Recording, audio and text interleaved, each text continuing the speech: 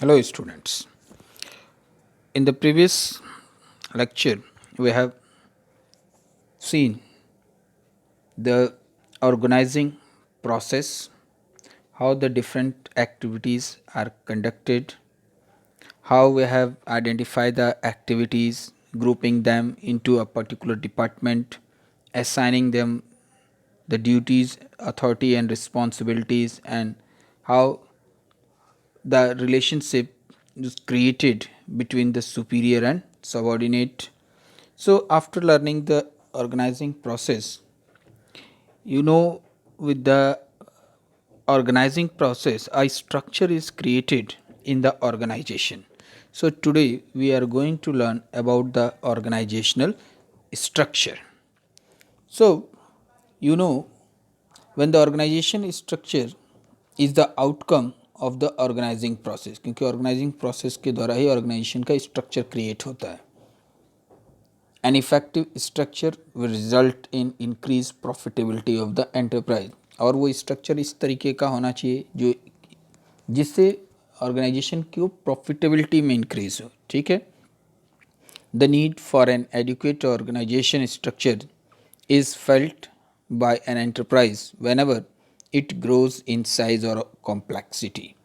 क्योंकि अगर एक छोटा स्मॉल बिजनेस एक छोटा दुकानदार है तो वहाँ पर किसी ऑर्गेनाइजेशन स्ट्रक्चर की ज़रूरत नहीं पड़ती. लेकिन जब ऑर्गेनाइजेशन ग्रोथ करने लगती है, नंबर ऑफ ब्रांचेस सेटअप होने लगती हैं या कॉम्प्लेक्सिटी आती जाती है, कई लाइन ऑफ प्रोडक्ट्स आ जाते हैं प्रोडक्शन के लिए, तब वहाँ पर एक इफ़ेक्टिव ऑर्गेनाइजेशनल स्ट्रक्चर की ज़रूरत पड़ती है. It is only those enterprises which do not focus on growth that can maintain a particular structure for a long period of time. और जो ऑर्गेनाइजेशन जिनका मेन उद्देश्य ग्रोथ नहीं करना है वो अपने पुराने स्ट्रक्चर के बेस पर काम करती हैं, एक ही स्ट्रक्चर को लेकर के लंबे समय तक चलती रहती हैं. However, it is important to understand that such stagnancy may prove to be detrimental to an enterprise, as those companies which do not change at all will close down or cease to grow. और जो एक stagnant हो चुकी हैं, रुक गई हैं, एक ही स्ट्रक्चर पर काम कर रही हैं, वो इंटरप्राइज लंबे समय तक रन नहीं कर सकती और जल्दी वो बंद हो सकती हैं. So, how this organization structure is very important for a business organization. So, for the companies who focus on growth, they time to time change their organizational structure. You see, this is the structure that it is CEO, then different directors are there, then under the director managers are there, then under the managers subordinates are there. So this is called organizational structure. इसे हम organisation structure कहते हैं. एक ढांचा है, एक line of authority create हो जाती है, कौन सुपीरियर है, कौन सबऑर्डिनेट है, कौन किससे ऑर्डर रिसीव करेगा, कौन किसको ऑर्डर प्रोवाइड करेगा, ये एक स्ट्रक्चर कहलाता है. So as per the definition of organization structure is concerned, it can be defined as the framework within which managerial and operating tasks are performed. तो ये जो ऑर्गेनाइजेशनल स्ट्रक्चर है ये हमको एक फ्रेमवर्क प्रोवाइड करता है. ठीक है, एक एरिया प्रोवाइड करता है जिसमें डिफरेंट मैनेजरियल और ऑपरेशनल टास्क परफॉर्म किए जाते हैं, वर्क परफॉर्म किए जाते हैं by the different managers at the managerial level, different managers at the middle level, and the operational tasks by the manager at the supervisory level. It specifies the relationship between the people, work and resource. और इस organisation structure से हमें पता चलता है कि लोगों के बीच में क्या रिलेशन है, कौन सुपीरियर है, कौन सबॉर्डिनेट है. ठीक, एंड किस तरीके से मैनेजमेंट ऑफ पीपल के थ्रू हम अपने ऑर्गेनाइजेशन को अचीव कर रहे हैं. It allows correlation and coordination among human, physical, and financial resources, and this enable a business enterprise to accomplish desired goal.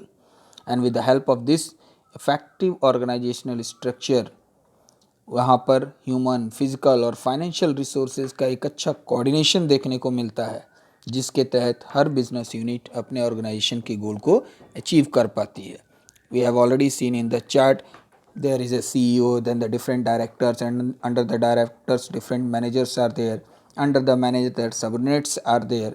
So this is that organizational structure play a very important role in achieving the organizational goal.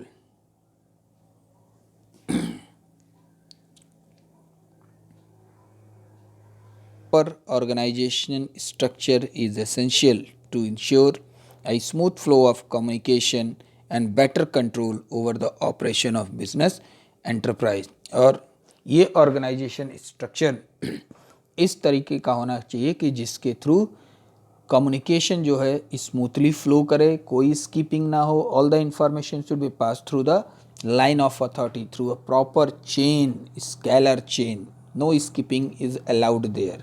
ठीक है. So these are the benefits of organizational structure.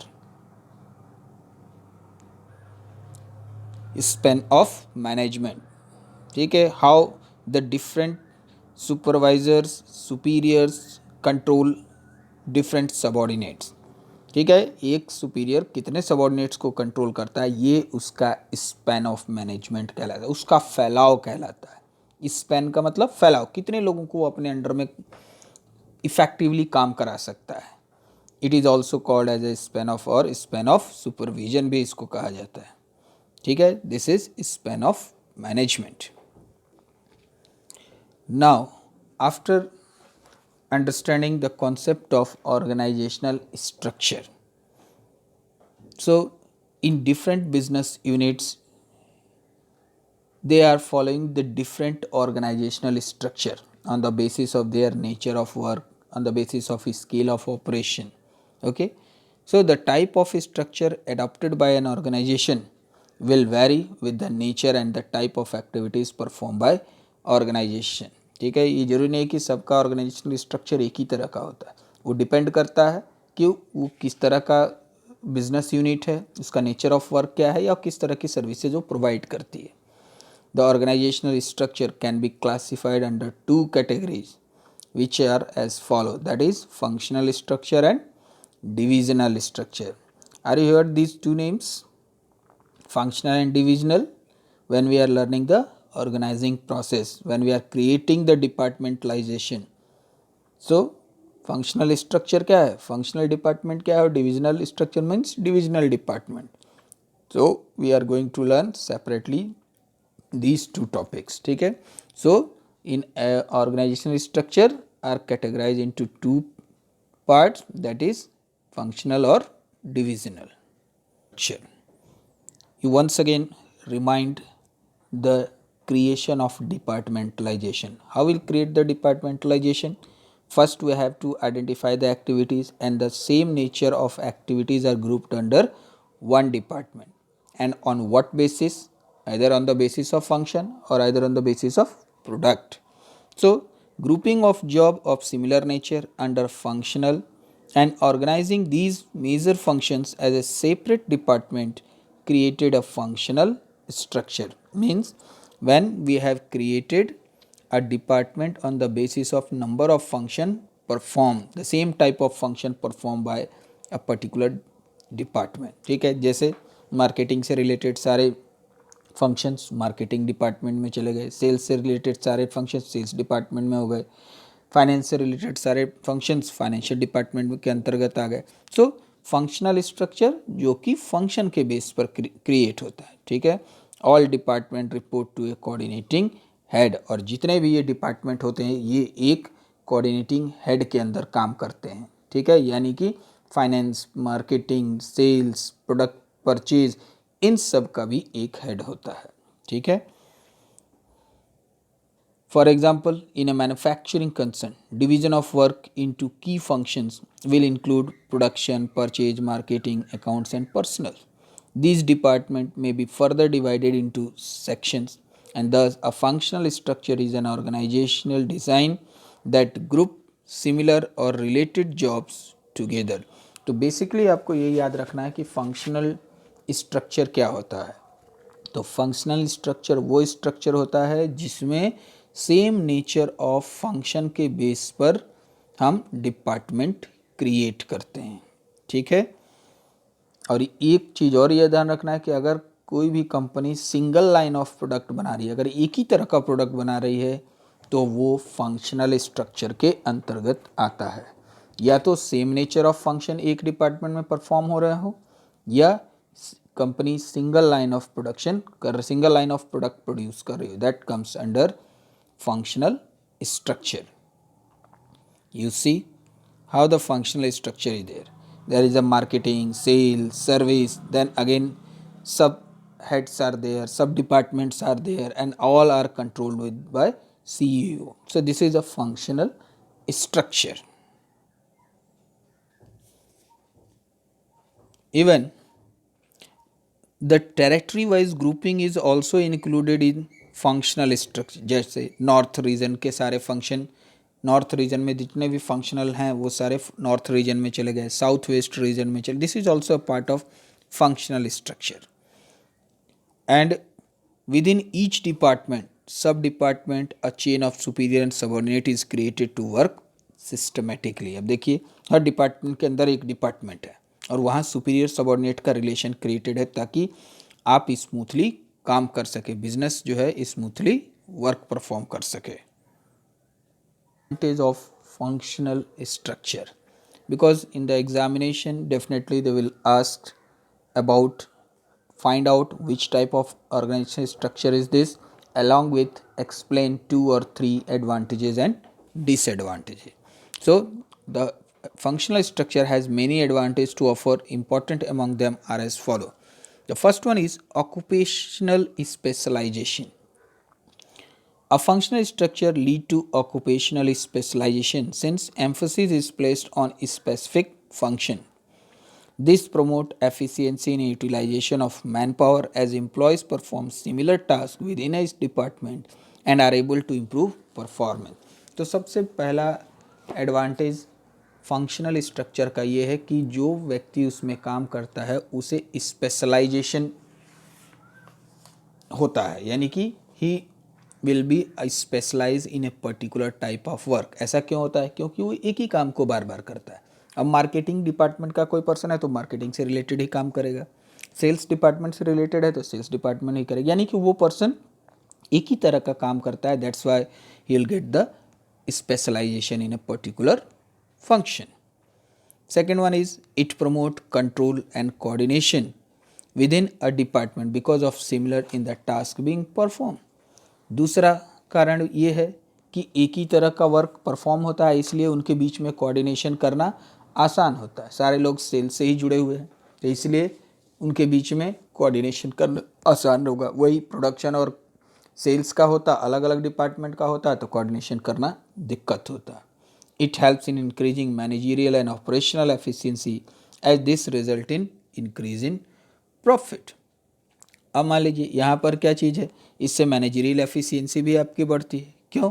क्योंकि यहाँ पर same nature of work ही हो रहा है, इसलिए managers को भी अपने कंट्रोल में अपने सबऑर्डिनेट को कंट्रोल करना आसान हो जाता है। It leads to minimum duplication of efforts which result in economies of scale and this lower cost.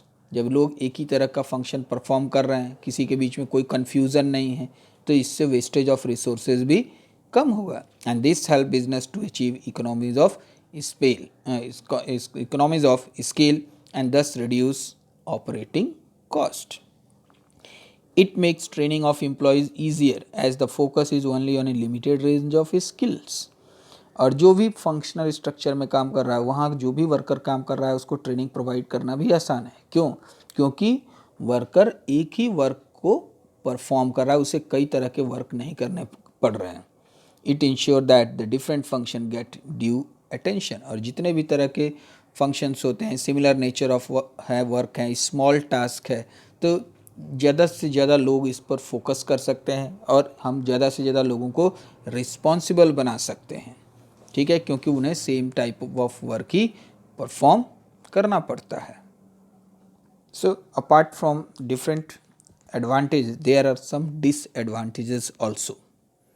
The first one is a functional structure place less emphasis on overall enterprise objective than the objective pursued by functional head. अब यहाँ एक problem create होती है कि हर department head वो सिर्फ organisation के objective को ध्यान ना दे करके अपने डिपार्टमेंट के ऑर्गेनाइजेशन पे ही कॉन्सेंट्रेट करता है. Such practices may lead to functional empire wherein the importance of particular function may be overemphasis. अब वो क्या करता है, वो डिपार्टमेंट को अपना एक साम्राज्य समझ लेता है कि वहीं का करता धरता वही है, वो जो कहेगा वही होगा. यानी कि एक तरीके से उसने अपना एम्पायर बना लिया है उस चीज़ को, जिसे फंक्शनल एम्पायर कहते हैं. यानी कि all the activities are perform only on the direction of that particular head only. Pursuing departmental interest at the cost of organizational interest can also hinder the interaction between two or more departments. और यहाँ पर क्या है, सिर्फ जो है वो अपने ही इंटरेस्ट को सबसे आगे रख रहा है, ये ऑर्गेनाइजेशन के इंटरेस्ट को सुपरसीड कर रहा है. ठीक, वो उसके आगे जा रहा है. वो सिर्फ चाहता है कि मेरा डिपार्टमेंट का जो गोल है वो सिर्फ अचीव हो. तो इसके क्या है, जो जो इंटरडिपेंडेंस होता है डिपार्टमेंट्स के बीच में वो खत्म हो जाता है. It may lead to problem in coordination as information has been exchanged across functionality differentiate department. और यहाँ सबसे बड़ा होता है कोऑर्डिनेशन क्रिएट करना, जो कि एक बड़ी प्रॉब्लम है. क्यों? क्योंकि यहाँ पर जो है एक्सचेंज ऑफ इंफॉर्मेशन जो है वो एक दूसरे डिपार्टमेंट से होनी शुरू हो जाती है. ठीक, एंड ये जो है एक कॉन्फ्लिक्ट का कारण बन जाता है, जिसके कारण कोऑर्डिनेशन कर पाना पॉसिबल नहीं होता है. Conflict of interest. A conflict of interest may arise when the interest of two or more departments are not compatible. यानी कि जब दो डिपार्टमेंट का इंटरेस्ट यानी कि फोकस किसी एक पर्टिकुलर गोल पे नहीं है, दोनों का इंटरेस्ट अलग अलग है, दो डायरेक्शन में जा रहा है. ठीक है. For example, the sales department insisting on customer friendly design may cause difficulties in production. अब यहाँ सेल्स डिपार्टमेंट कह रहा है कि वो कस्टमर फ्रेंडली डिज़ाइन बनाए, लेकिन प्रोडक्शन डिपार्टमेंट इसके लिए तैयार नहीं है, तो इसके लिए दो इंटरेस्ट सेपरेट हो गया. Such dissension can prove to be harmful in terms of fulfilment of organisational interest because both the departments are working in different directions. They are not in a common direction, so it is not possible for a business unit to achieve their objective. Interdepartmental conflict can also arise in the absence of clear separation of responsibility. अगर वहाँ पर responsibility clear नहीं है, किसकी जिम्मेदारी कितनी है, कौन सी है, तो वहाँ पर भी ये कॉन्फ्लिक्ट राइज होता है. It may lead to inflexibility as people with the same skill and knowledge base may be develop a narrow perspective and thus have difficulty in appreciating by any other point of view. अब मान लीजिए यहाँ पर जो लोग काम कर रहे हैं, ठीक है, वो एक ही तरह का काम सिर्फ सीखे हैं, तो अगर मान लीजिए उन्हें किसी दूसरे, अब उनके सामने ये आता है कि अगर उनकी सोच जो है वो कम हो जाती है, वो लोग सोचते हैं कि अगर कोई भी चेंजेस होगा तो वो आसानी से वो नहीं इम्प्लीमेंट कर पाएंगे. अगर उन्हें किसी दूसरे डिपार्टमेंट में भेजा जाएगा तो वहाँ वो नहीं काम कर पाए, क्योंकि उन्होंने सिर्फ एक ही काम सीख रखा है. So functional head do not get training for top management position because they are able to gather experience in diverse area. बहुत से समय पर क्या होता है कि जो फंक्शनल हेड्स होते हैं उन्हें टाइम टू टाइम ट्रेनिंग नहीं प्रोवाइड करते हैं, तो यानी कि उनके इम्प्रूवमेंट के लिए कोई काम नहीं किया जा सकता है जाता है. क्यों? क्योंकि वहाँ एक ही तरह का वर्क होता है और अपने एम्पायर को चलाने के लिए वहाँ जो फंक्शनल हेड्स होते हैं वो सिर्फ कोशिश करते हैं कि उनसे आगे कोई ना बढ़े. तो इस तरह की कॉन्फ्लिक्ट्स जो है, इनफ्लेक्सिबिलिटी फंक्शनल स्ट्रक्चर में आती है. Advantages and disadvantages of functional structure. You must know where or in which areas this functional structure are suitable, because on the basis of this you are able to find out or help taking the help in solving the case study. First one is division of work as per function, जहाँ पर work का division function के base पर होता हो. Specialisation in every function, जहाँ पर specialisation required हो तो वहाँ पर हम फंक्शनल स्ट्रक्चर यूज़ करते हैं. Grouping of similar nature of job जहाँ पर होता है on the basis of function, वहाँ फंक्शनल स्ट्रक्चर होता है. एंड यूनी प्रोडक्ट और सिंगल और one type of products manufacturing company, ठीक है, और ऐसी कंपनी जो एक ही तरह का single type of E product produce कर रही हो। ये ध्यान रखिएगा, सिंगल लाइन ऑफ प्रोडक्ट के लिए फंक्शनल स्ट्रक्चर की ज़रूरत होती है। Now, with the help of this case study, we are going to learn how and how we can find out it is a functional or divisional structure. Roasted Coffee Corporation is a coffee house chain operating in 7 states of India. Through its effective organizational structure, it has grown despite pressure from competitors in the national market. The company has a purchase and production department, supply chain management and logistic department, brand management department and sales department. This structure has facilitated operational efficiency as employees become specialists within their own realms of expertise. They could be imparted specialized training as the focus was on limited range of skills. Identify the organizational structure of Coffee Corporation. Also state the three advantages of this structure other than those discussed in the above paragraph. अब यहाँ पर आप एक चीज़ ध्यान दीजिए, आप कैसे find out करेंगे कि ये ऑर्गेनाइजेशनल स्ट्रक्चर ही है। आप ध्यान दीजिए, इसमें यहाँ पर क्या चीज़ पर मेन फोकस है, ऑपरेशनल एफिशिएंसी पर ज़्यादा फोकस है। एम्प्लॉयज़ क्या हैं, स्पेशलाइज हैं क्योंकि वो एक ही काम को बार बार परफॉर्म कर रहे हैं, ठीक है। और यहाँ पर लोगों को ट्रेनिंग देना आसान है क्योंकि जो स्किल है वो लिमिटेड रेंज की स्किल है यहाँ पर, तो इसलिए यहाँ पर जो है ट्रेनिंग प्रोवाइड करना आसान है, इसलिए जो है यहाँ पर फंक्शनल स्ट्रक्चर फॉलो किया जा रहा है। In part you have to give any other three advantages that have mentioned in that particular case study. तो एक तो आपको स्पेशलाइज का हो गया जो ऑलरेडी गिवन है, ऑपरेशनल एफिशिएंसी ये भी ऑलरेडी गिवन है, लिमिटेड रेंज ऑफ स्किल ये तीन ऑलरेडी दिया हुआ है। इसके अलावा आपको एडवांटेज लिखने हैं, तो अदर देन दीज थ्री क्या हैं, it promote control and coordination, आसानी से कोऑर्डिनेशन और कंट्रोल किया जा सकता है डिपार्टमेंट के, because similarity in the task being perform. It lead to minimal duplication of efforts which result in economies of scale and this lowered cost. It ensure that different function get due attention. So इस तरीके से आप other than जो है जो already given है उसके अलावा जो है आप एडवांटेज लिख सकते हैं.